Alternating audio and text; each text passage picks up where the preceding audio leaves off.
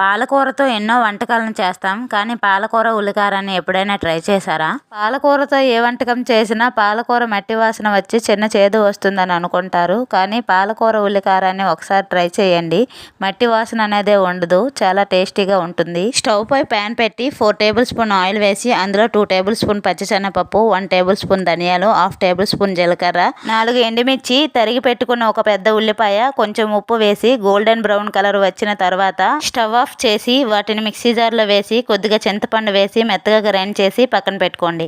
ఇప్పుడు అదే ప్యాన్లో 2 టేబుల్ స్పూన్ ఆయిల్ వేసి పోపు దినుసులు, అల్లం, వెల్లుల్లి, కరివేపాకు వేసి వాటిని వేయించి వాటిలో కట్ చేసి పెట్టుకున్న పాలకూరను వేసి సిమ్లో కలుపుకుంటూ పాలకూరలో వాటర్ బయటకు వచ్చే వరకు ఉడికించి అందులో పసుపు, ఉప్పు, కారం వేసి మరి కాస్త వేగిన తర్వాత గ్రైండ్ చేసి పెట్టుకున్న ఉల్లికారాన్ని వేసి పచ్చివాసన పోయి ఆయిల్ పైకి తేలే వరకు ఉడికించుకుంటే పాలకూర ఉల్లికారం రెడీ అయిపోయింది.